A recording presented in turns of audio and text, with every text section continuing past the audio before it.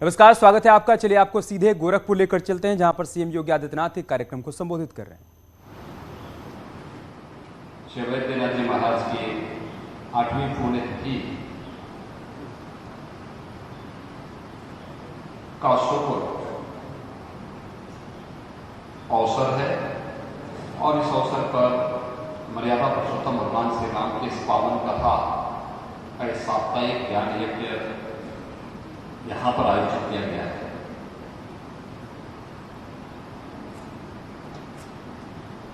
श्रद्धालुजनों को और पूज्य महाराज जी के जो भी अनुयायी हैं उन सबके मन में इस वार्षिक कथा का अत्यंत इंतजार रहता है।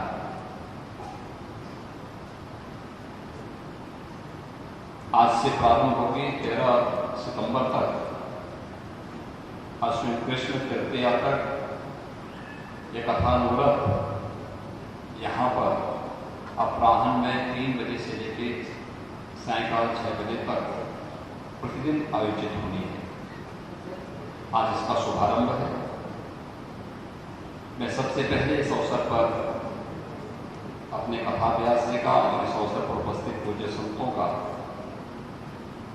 हृदय की गहराइयों से उन सबका स्वागत करता हूँ, उन सबका अभिनंदन करता हूँ। मर्यादा पुरुषोत्तम भगवान श्री राम का पावन जीवन चरित्र हम सब के लिए, पूरे देशवासियों के लिए और पूरी मानवता के लिए एक दिग्दर्शन है, एक प्रेरणा है, एक प्रकाश है। उन्हें निरंतर आगे बढ़ने और विषम परिस्थितियों से जूझने की एक नई प्रेरणा भी प्रदान करता है। और इसीलिए भारतीय मनीषा ने इस बात को माना है कि राम ही साक्षात धर्म है, रामो विग्रहवान धर्म, यानी राम ही सब कुछ है। धर्म का की व्याख्या क्या हो सकती है, इसमें मतभेद हो सकते हैं। धर्म सत्यत्वम निहिति गुहाया, लेकिन इसमें कोई संदेह नहीं कि महापुरुषों ने धर्म के जो लक्षण बताए हैं, अगर वह कहीं पर हम सबको किसी एक मानवीय चरित्र में भी सब कुछ दृष्टिगोचर होते हैं तो वह पावन चरित्र है मर्यादा पुरुषोत्तम भगवान श्री राम का। और भगवान राम की कथा जिसने भी सुनी उसकी व्यथा तो दूर हुई, उसको इस भवसागर से मुक्ति का और जीवन में सफलता का मार्ग स्वतः ही प्रशस्त होता हुआ दिखाई दिया है। इस देशवासियों का सौभाग्य है, हम सब का सौभाग्य है कि हम सबको मर्यादा पुरुषोत्तम भगवान श्री राम की इस पावन कथा का श्रवण करने का आनंद प्राप्त हो रहा होगा। एक सप्ताह तक निरंतर ज्ञान यज्ञ यहाँ पर चलेगा। जगत गुरु श्रीधाचार्य जी महाराज की तो महंत वैद्यनाथ की पुण्यतिथि के मौके पर सीएम योगी आदित्यनाथ कार्यक्रम को संबोधित कर रहे थे। रुक करते हैं कुछ और खबरों का। यूपी में किसानों को राहत देने के लिए योगी सरकार ने बड़ा फैसला लिया है। 75 जिलों में सूखे से प्रभावित किसानों को सौगात देने के लिए सर्वेक्षण के आदेश दिए गए हैं। साथ ही कम बारिश वाले 62 जिलों में लगान को स्थगित रखने का फैसला लिया गया है। इन फैसलों पर विस्तार से बात करने के लिए कृषि मंत्री सूर्य प्रताप शाही ने न्यूज 18 से खास बातचीत की और तमाम बातों का जिक्र किया, वो भी देखिए।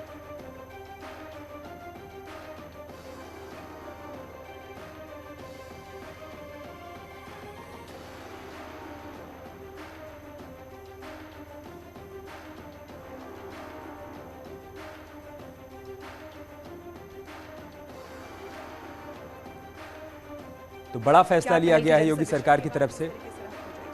देखिए, 15 जिले ऐसे हैं जहां 40% से नीचे बारिश हुई है।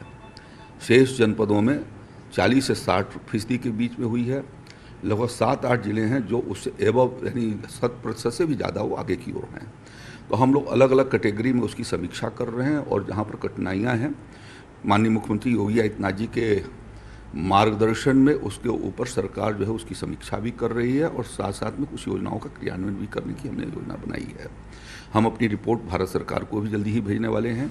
जो वस्तुस्थिति इस समय जो फसलों के हालात हैं उस संदर्भ में भारत सरकार को एक रिपोर्ट भी जाएगी।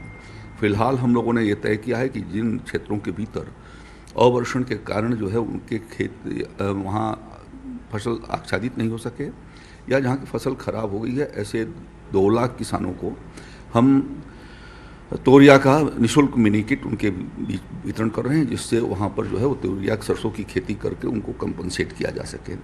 इसके अलावा 2 लाख हम मसूर और चना के निःशुल्क मिनी किट बांटने की योजना बना रहे हैं, जिसको जल्दी ही हम उसको क्रियान्वित करेंगे। इसके अतिरिक्त राज्य संसाधनों से भी उसको आगे उठाने का हम लोगों का प्रयास है कि उसको और माननीय मुख्यमंत्री जी के सामने रखेंगे और जल्दी ही मंत्रिपरिषद के सामने हम अपनी कैबिनेट नोट लेकर के जाने वाले हैं। हमने इस बात को उद्यान विभाग को कहा है कि वो 2 करोड़ सब्जियों की नर्सरी तैयार करके और किसानों के भीतर निःशुल्क बांटे। अभी थोड़ी देर बाद मैं उनसे बात भी करने वाला हूँ कि उसकी प्रगति क्या है। उनको कैबिनेट नोट तैयार करने के लिए कहा था, जो राज्य संसाधनों से पोषित किया जाएगा। इसी प्रकार से अन्य भी योजनाओं के भीतर हम कवर करके हम चाहेंगे कि खरीफ में जो नुकसान हुआ है उसको कंपनसेट किया जाए। कल हमने एक समीक्षा बैठक विभिन्न विभागों की किया था। एपीसी भी हमारे कृषि उत्पादन आयुक्त श्री मनोज सिंह थे, श्री एशियस हमारे देवेश चतुर्वेदी रहे और लगभग 9 विभागों के, जिसमें से 7 विभागों के मंत्री भी उसके बीच में उपस्थित थे और शेष के अधिकारी वहाँ पर उपस्थित थे। तो उसके भीतर हम लोगों ने विभिन्न चीज़ों पर विचार किया है कि जो किसानों के नलकूप हैं उनके कनेक्शन को जल्दी से जल्दी जितना हो सकता है उपलब्ध करवाया जाए और साथ साथ में अन्य विभागों के द्वारा भी जो किसानों के सामने कठिनाइयाँ थीं या एग्रीकल्चर डिपार्टमेंट की जिनको अभी तक सब्सिडी नहीं पहुंच पाई थी कृषि यंत्रों की, या जो पिछले बार आधारी और प्रमाणित सीड जो वितरित किए थे बीज, उनके सबके जो है प्राथमिकता के आधार पर किसानों के खातों में डालने के लिए हमने उनको निर्देशित दिया है। वो 3-4 दिन के भीतर मैं समझता हूँ कि इसी हफ्ते में वो संपन्न हो जाएगा। बात करते हैं सुप्रताप शाही हैं जो जानकारी देते हैं कि किस तरीके से यूपी सरकार ने सर्वे करने के लिए टीमों को लगाया है। इसके बाद अलग अलग तरीके से प्रयास भी किया जा रहा है कि किसानों को राहत पहुंचाई जाए। नागवा सिंह, न्यूज़ 18 लखनऊ। प्रधानमंत्री नरेंद्र मोदी कल यानी कि गुरुवार को सेंट्रल विस्टा का उद्घाटन करने वाले हैं। इसके बाद आम लोग पहले की तरह ही इंडिया गेट और उसके आसपास के लॉन्स में आ जा सकेंगे। सेंट्रल विस्टा के उद्घाटन से पहले आपको दिखाते हैं इसकी एक्सक्लूसिव तस्वीर जो सिर्फ न्यूज़ 18 उत्तर प्रदेश उत्तराखंड के पास है। सेंट्रल विस्टा में कई सारी नई सुविधाएं विकसित की गई हैं। ऐसे में माना जा रहा है कि उद्घाटन के तुरंत बाद बड़ी संख्या में लोग नए सेंट्रल विस्टा को देखने के लिए यहां पर पहुंच सकते हैं। इससे पहले कार्यक्रम के दौरान VIP मूवमेंट भी रहेगा। इसे देखते हुए ट्रैफिक डाइवर्जन प्लान भी तैयार किया गया है। इसके तहत कल शाम 6 बजे से रात 9 बजे के बीच इंडिया गेट और उसके आसपास के रास्तों से ट्रैफिक को दूसरे रास्तों पर डाइवर्ट किया जाएगा। वहीं सेंट्रल विस्टा एवेन्यू पर सुरक्षा व्यवस्था भी कड़ी कर दी जाएगी।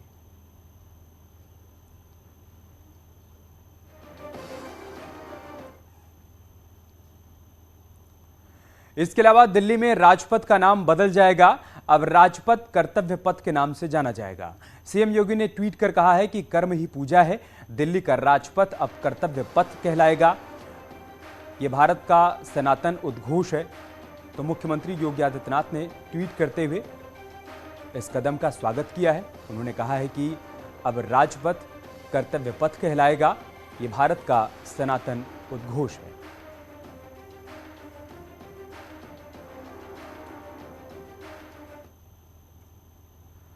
इधर राहुल गांधी के भारत जोड़ो यात्रा पर बीजेपी नेता सिद्धार्थनाथ सिंह ने प्रहार किया है। सिद्धार्थनाथ ने राहुल की यात्रा के नाम पर ही सवाल उठाए हैं।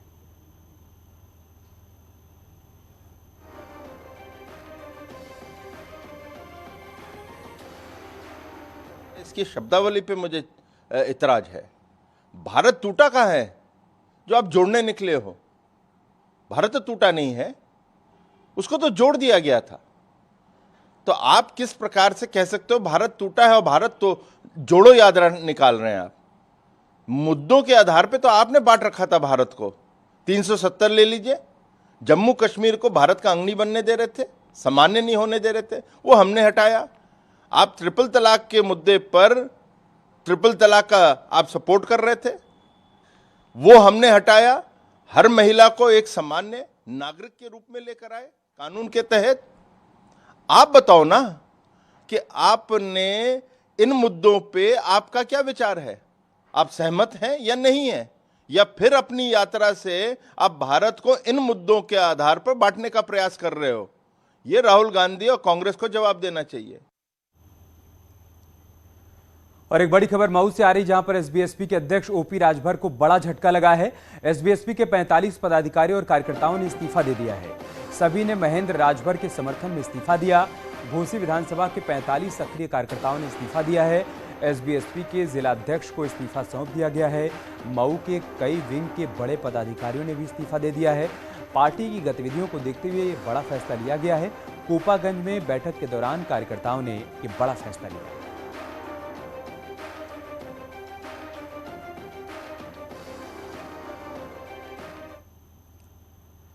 तो मऊ में ओम प्रकाश राजभर को बड़ा झटका लगा है। सुहेलदेव भारतीय समाज पार्टी के 45 पदाधिकारियों और कार्यकर्ताओं ने इस्तीफा दिया।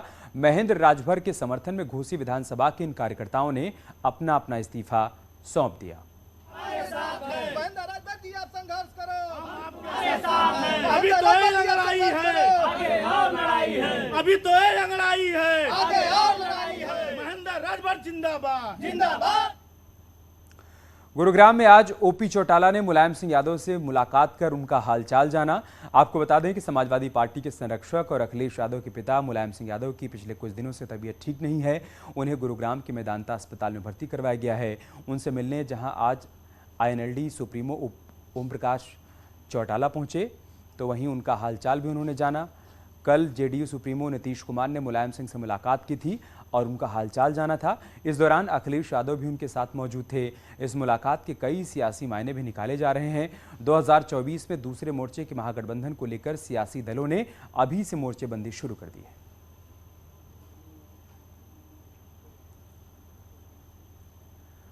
यूपी में तय समय पर ही निकाय चुनाव होंगे। दिसंबर में निकाय चुनाव हो सकते हैं, जानकारी सामने आ रही है। राज्य निर्वाचन आयोग ने तैयारियां पूरी कर ली हैं। आखिरी चरण में जिलों में परिसीमन का काम चल रहा है। अक्टूबर तक ये काम पूरा हो जाएगा। 2 महीने में निर्वाचक नियमावली का काम पूरा हो जाएगा। दिसंबर में राज्य सरकार से अनुमति मांगी जाएगी। तो बड़ी खबर, बड़ा अपडेट यही है कि तय समय पर ही निकाय चुनाव संपन्न करवाए जाएंगे। एसके सिंह साहब हमारे साथ हैं। सर, सबसे पहले तो चुनाव संबंधी जो खबरें सोशल मीडिया पर वायरल हो रही हैं, उनकी क्या सच्चाई? ये बिल्कुल ही मिथ्या है। अभी आयोग द्वारा कोई भी कार्यक्रम नहीं दिया गया है। राज्य सरकार तत्परता के साथ नए निकायों का गठन किया है और उनका परिसीमन तत्परता के साथ कर रही है। राज्य सरकार जैसे ही परिसीमन की कार्रवाई पूर्ण कर लेगी, परिसीमन के आधार पर हम लोग निर्वाचक नामावली तैयार कराएंगे।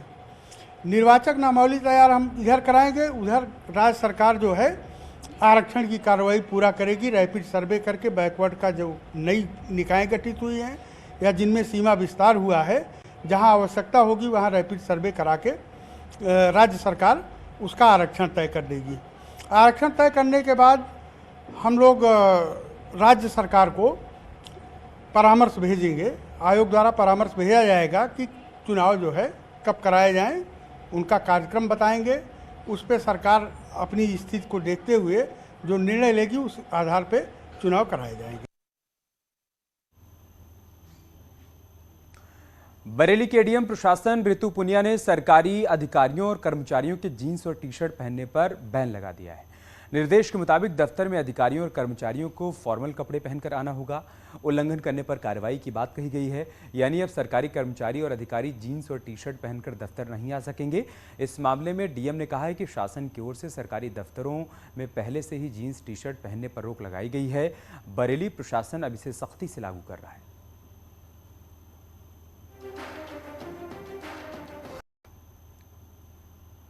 और एक बड़ी खबर सहारनपुर से, जहां पर ट्रेन में नमाज पढ़ी गई है। नमाज पढ़ने का वीडियो भी वायरल हो रहा है।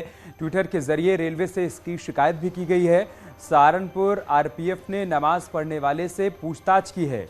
उधमपुर और प्रयागराज सुपरफास्ट का ये वीडियो बताया जा रहा है। न्यूज़ 18 वायरल वीडियो की पुष्टि नहीं करता है। तस्वीरें आप देखिए, जहां पर ट्रेन के भीतर नमाज पढ़ी गई है। इसका वीडियो अब तेजी से वायरल हो रहा है। ट्विटर के जरिए रेलवे से शिकायत की गई, जिसके बाद सहारनपुर आरपीएफ ने नमाज पढ़ने वाले से पूछताछ भी की है। यहाँ एक जानकारी ये भी मिली है कि उधमपुर प्रयागराज सुपरफास्ट का ये वीडियो है। फिलहाल न्यूज़ 18 इस वीडियो की पुष्टि नहीं करता है।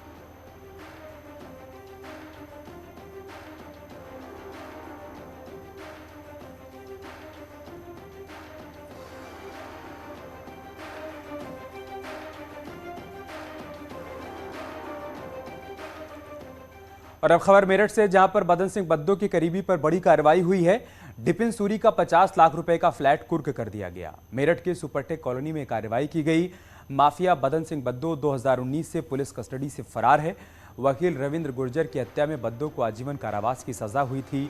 28 मार्च 2019 को बद्दो फर्रुखाबाद पुलिस को दिल्ली रोड स्थित मुकुट महल में शराब उसने पिलाई और फिर कस्टडी से फरार हो गया। उसकी फरारी में मेरठ के करीब 15 लोगों के नाम सामने आए। इन्हें पुलिस ने बाद में जेल भेजा। बद्दो पर 2.5 लाख रुपए का इनाम भी घोषित है।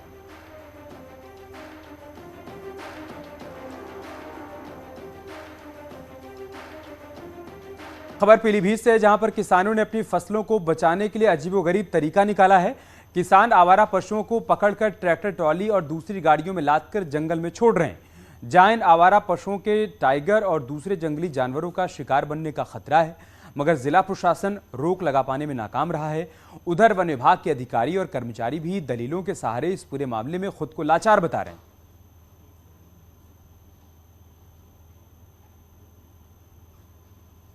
देखो, छुट्टा जानवर जंगल में छोड़ना गलत है।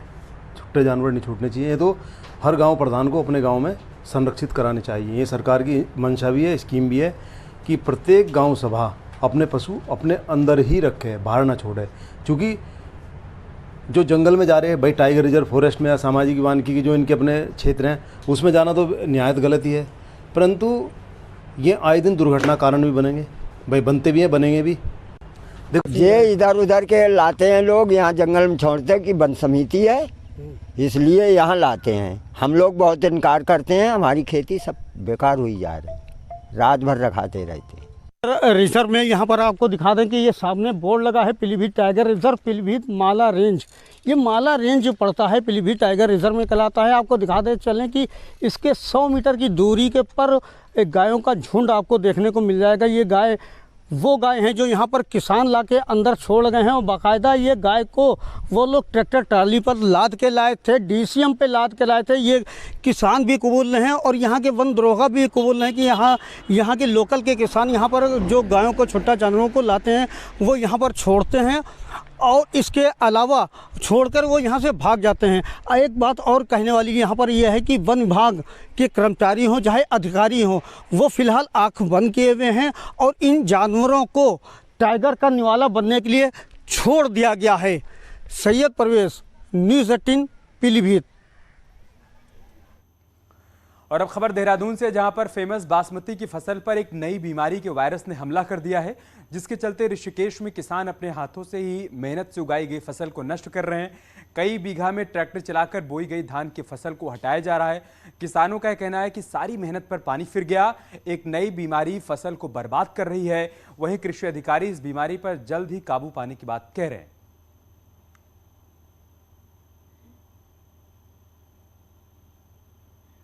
अपनी जो धान की फसल थी सारी नष्ट कर दी है और मैं सरकार से यही आग्रह करूंगा कि जिन जिन की फसलें खराब हुई हैं, जिन्होंने अपनी फसलें नष्ट की हैं, उनकी जांच करवाकर उन्हें उचित मुआवजा देने की कृपा करें। धानों की खेती तो जिन्होंने हाइब्रिड वैरायटियाँ लगाई थी तकरीबन ही खत्म है। हिमाचल, हरियाणा में उधर से भी ये हमारे को रिपोर्ट आई थी कि भाई ये बीमारी रुकने का नाम नहीं है। और जरूरत से ज़्यादा जहरीली इसमें दवाई डाली जाए तो आदमी के लिए भी, पशुओं के लिए, हर एक चीज़ के लिए भी हानिकारक है। लेकिन इस बार एक ग्रासी हंट वायरस नाम से कोई वायरस आया है, उस वायरस ने काफ़ी इफेक्टिव करके धान को, उसमें भी अक्सर जहाँ देखा हमने कि मोटे धान जो था और बिना ट्रीट किया हुआ, उपचार जिसका नहीं हुआ होगा, वो बीज अगर कहीं बोया हुआ तो उसमें ज़्यादा उसका प्रभाव पड़ा है। उधर कोटद्वार में कृषि उत्पादन मंडी समिति में पॉलीथीन बेचने पर कार्रवाई करना नगर आयुक्त को भारी पड़ गया। पॉलीथीन का चालान करने पर नगर आयुक्त को मंडी समिति से सब्जी विक्रेताओं ने खदेड़ दिया, जिसके बाद नगर आयुक्त को बिना कार्रवाई किए खुद गाड़ी लेकर वहां से चले जाना पड़ा।